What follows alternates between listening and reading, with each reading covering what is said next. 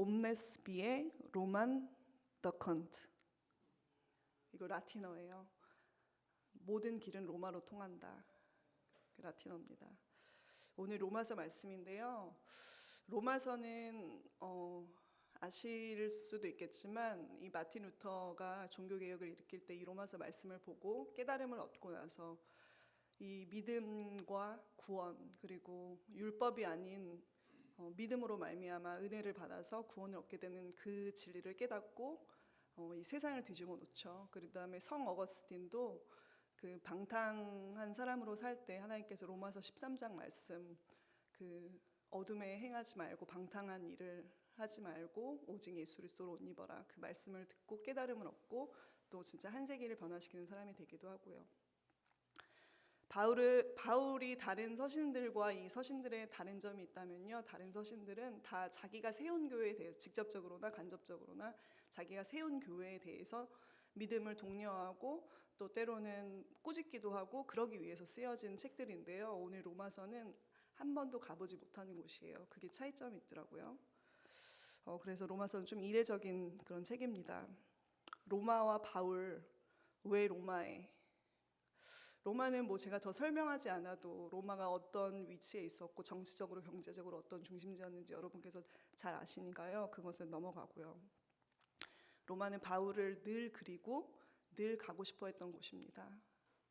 제 마음속에는 아직도 저기 중동에 무슬림들이 있어요. 저희 남편이랑 저랑 받은 하나님의 부르심이 있고 또 이곳에 살면서도 한 번도 그 부르심을 잊지 않고 살아간 적은 없는 것 같아요. 그래서 제 마음속에 늘 언젠가 가고 싶은 곳이 이제 그 중동 아라비아 반도인데 제 마음도 이러한데 바울은 어떠했겠어요? 바울은 사도행전 18장에 내가 거기 갔다가 후에 로마도 보아야 하리라 라고 얘기했고요. 또 성령님 역시 그의 앞길을 그 섭리를 먼저 예언해 주실 때 담대하라.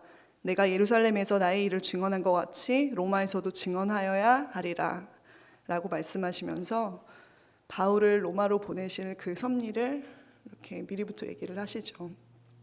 실제로 사도행전 마지막 장에서 그 바울이 로마에 도착해요. 그리고 그 28장에서 끝나지만 그 구전과 전승에 의하면 잘 아시겠지만 바울은 참수형으로 사형을 당해서 죽죠. 그리고 또 로마에서 가택연금을 당한 채로 4권의 책을 쓰는데요. 에베소서, 골로새서, 빌립보서, 빌레몬서 이 4권을 로마에서 쓰기도 하고요.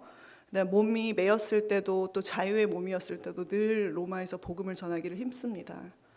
그리고 그 죄목으로 참수형을 당하지요. 로마는 그에게 운명과 같은 곳이었습니다. 그러면 로마의 교회의 배경을 한번 찾아봤는데요.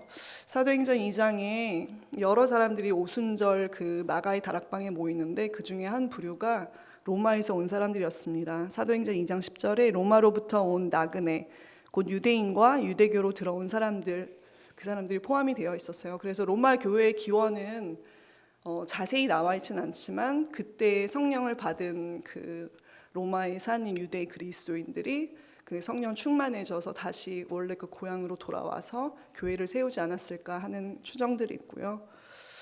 그리고 이 당시 로마 교회를 포함해서 초대교회들의 공통된 그런 문제점들이 있었는데요.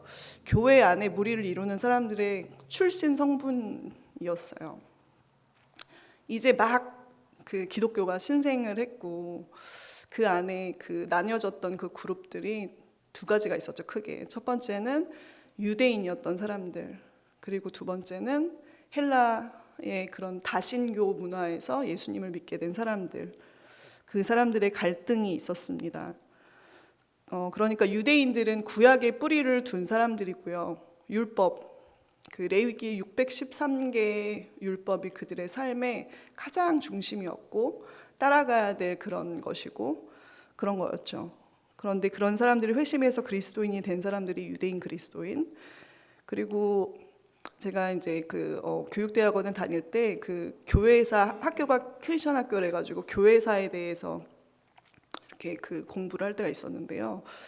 그때 그 책을 쭉 보니까 우리가 생각하는 로마 그리스는 정말 정말 상상 초월이에요. 그냥 백주 대낮에 신전 앞에서 그 섹스를 하는 것들이 그냥 눈에 보이는, 지나가면은 집단 선교로 그것을 예배를 하고 제사를 드리고 그러는 게 너무 당연했고요. 로마 황제 옆에는 늘 그 뭐라 그러죠?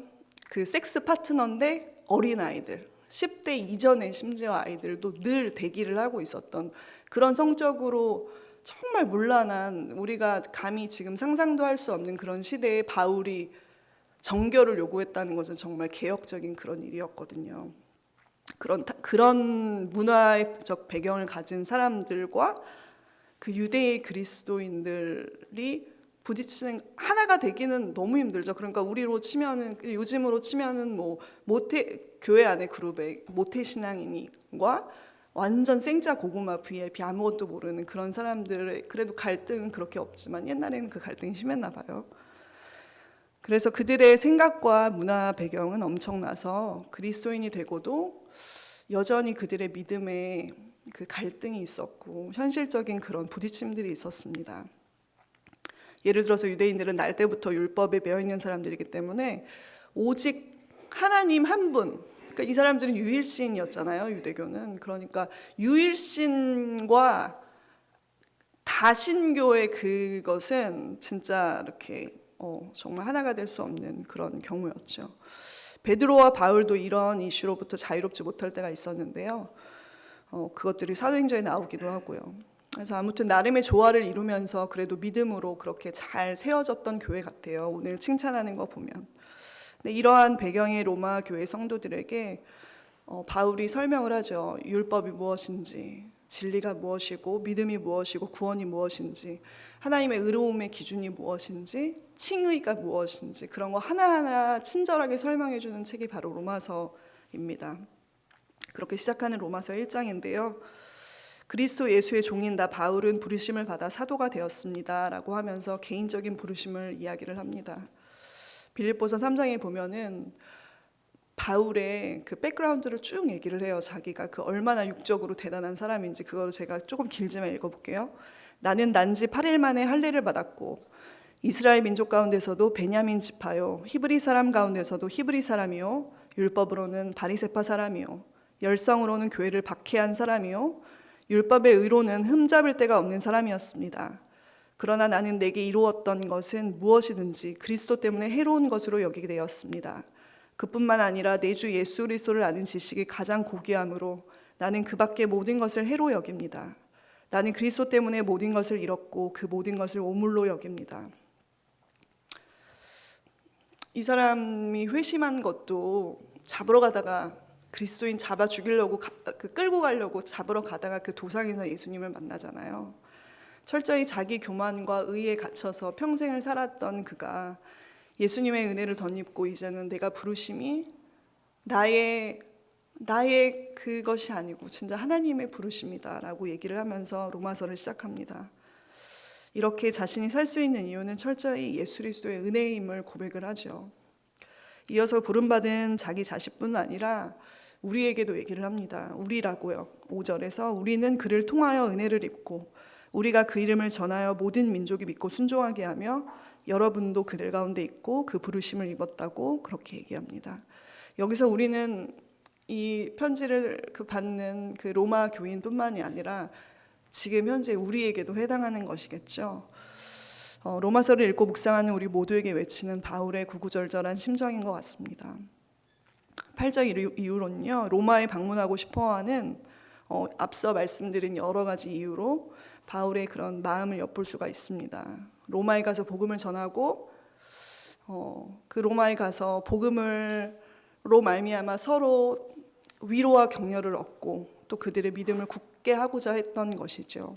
그리고 바울은 로마 교회 자신을 빚진 자라고 표현을 합니다. 우리가 많이 쓰는 표현이잖아요. 기독교적 용어잖아요. 나는 복음의 빚진 자다. 근데 그 빚진 자가 이 로마서 1장의 그 표현에서 비롯된 것 같아요. 우리가 복음의 빚진 자라고 표현할 때 왜 우리는 하나님, 지금 바울도 그렇게 얘기하는데요. 하나님께 혹은 예수님께 복음의 빚진 자라고 얘기하지 않고 왜 이 바울은 사람들에게 복음에 빚졌다라고 얘기를 할까요? 그리스 사람에게나 미개한 사람에게나 지혜가 있는 사람에게나 어리석은 사람에게나 즉 모두에게 빚진 자라고 얘기를 하거든요. 하나님께 빚졌다고 얘기를 해야 되는데 왜 사람에게 빚졌다고 할까요?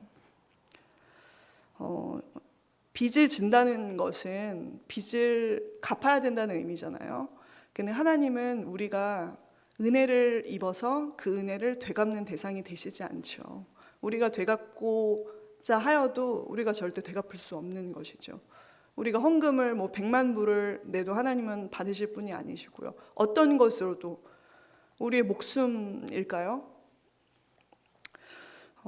하나님은 이렇게 복음을 빚져서 갚아야만 할 때 되갚을 수 없는 은혜의 대상을 그 예수님의 사랑하시는 사람들이라고 얘기를 하죠. 베드로가 3번 예수님을 부인을 하고 예수님이 나타나셔서 다시 회복하실 때 3번 다시 네가 나를 사랑하느냐 물으시잖아요. 근데 그 물으실 때 그 죄책감에 사로잡혀 있고 그 빚진 마음이 가득한 그 베드로에게 예수님은 네가 나를 사랑하느냐? 그러면 내 양을 먹여라. 내 양을 치라. 내 양을 먹여라. 이렇게 3번 얘기를 하시죠. 그러니까 우리의 복음을 갚아야 될 대상은 하나님이 사랑하시는 사람들이라는 것 같아요. 오늘 말씀은. 그리고 15절에 그러므로 빚진 자의 간절한 소원은 로마에도 가서 복음을 전한 일이라고 얘기를 합니다. 그리고 이어서 나는 복음을 부끄러워하지 않습니다 라는 고백은 지금 우리가 복음을 부끄러워하지 않겠다 그 말도 물론 우리가 이거 많이 쓰는 말이잖아요. 그리고 우리를 다시 반성하게 만드는 그런 구절이기도 하고 하지만 그 말도 맞지만 지금 이 문맥과 배경에서 본다면 이 당시의 그리스 헬라 문명에서 지혜와 철학은 최고의 가치였죠. 그리고 이 최고의 지성들이 모인다. 바울이 그리스 한복판 가서 복음을 전할 때 사람들이 서로 막 아무것도 아닌 그 철학을 막 디베이트 한다고 그렇게 나오잖아요. 사도행전에. 그 신생 그리스도교는 하등하다고 여겼죠. 이 당시에. 미련한 것이라고 그렇게 여기고요. 빌라도도 예수님을 처형을 할 때 아니 도대체 이 사람들은 예수님이 사람을 죽인 것도 아니고 뭐 심각한 범죄를 한 것도 아닌데 도대체 왜 이 무슨 예수가 하나님 되시네 안 되시네 이거 갖고 지금 떠들고 막 죽이라고 얘기하고 있는 것에 대해서 이해를 하지 못하거든요. 그리스 사람들도 이와 같았습니다. 그래서 고린도전서 1장에도 유대인은 표적을 구하고 헬라인은 지혜를 찾으나 우리는 십자가에 못 박힌 그리스도를 전하니 유대인에게는 죄거리 끼는 것이요 이방인에게는 미련한 것이로되 오직 부르심을 받은 사람에게는 유대 사람에게나 그리스 사람에게나 이 그리스도는 하나님의 능력이요 하나님의 지혜입니다. 하나님의 어리석음이 사람의 지혜보다 더 지혜롭고 하나님의 약함이 사람의 강함보다 더 강함입니다. 이 말씀과 문맥이 같은 것 같아요. 미련한 것, 그 당시에 예수님을 믿는다고 그러는 것은 참 미련한 것으로 취급되어진 이때에 내가 복음을 부끄러워하지 않습니다. 이 말씀은 그 세계의 가장 중심의 그 한복판에서 외치는 그 바울의 말씀이죠. 그리고 로마서 1장 16절에 너희들이 사는 로마의 온갖 사람들이 너희가 믿는 복음이 미련하고 어리석고 하등한 것이다 라고 할지라도 복음을 부끄러워하지 않을 이유는 이 복음이 모든 믿는 자에게 구원이 되시는 하나님의 능력입니다 라고 자신 있게 선포를 하지요. 그리고 이 복음은 율법이나 경험이나 지식이나 외적인 요소나 세상의 스펙 그 어떤 것이 아닌 믿음으로 말미암아 하나님께서 선물처럼 은혜로 주어지는 것임을 이렇게 오늘 명시를 합니다. 이 로마서 1장 16절은요. 저랑 남편이랑 대학교 때 손잡고 다니면서 복음을 전하고 그랬거든요. 그때 외웠던 말씀이에요. 제가 그 말씀을 암송 그때 대학교 20년 전에 암송한 거니까 그거를 제가 하고 기도하겠습니다. 저는 이 현대 번역 새 번역보다 그 옛날 그 개역 개정도 아니고 개역 한글판이거든요. 20년 전이라. 네. 내가 복음을 부끄러워하지 아니하노니 이 복음은 모든 믿는 자들에게 주시는 하나님의 능력이 됨이라. 첫째는 유대인에게요, 또한 헬라인에게로다. 아멘. 기도하겠습니다.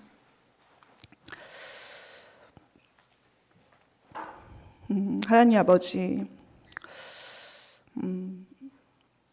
복음은 이와 같습니다.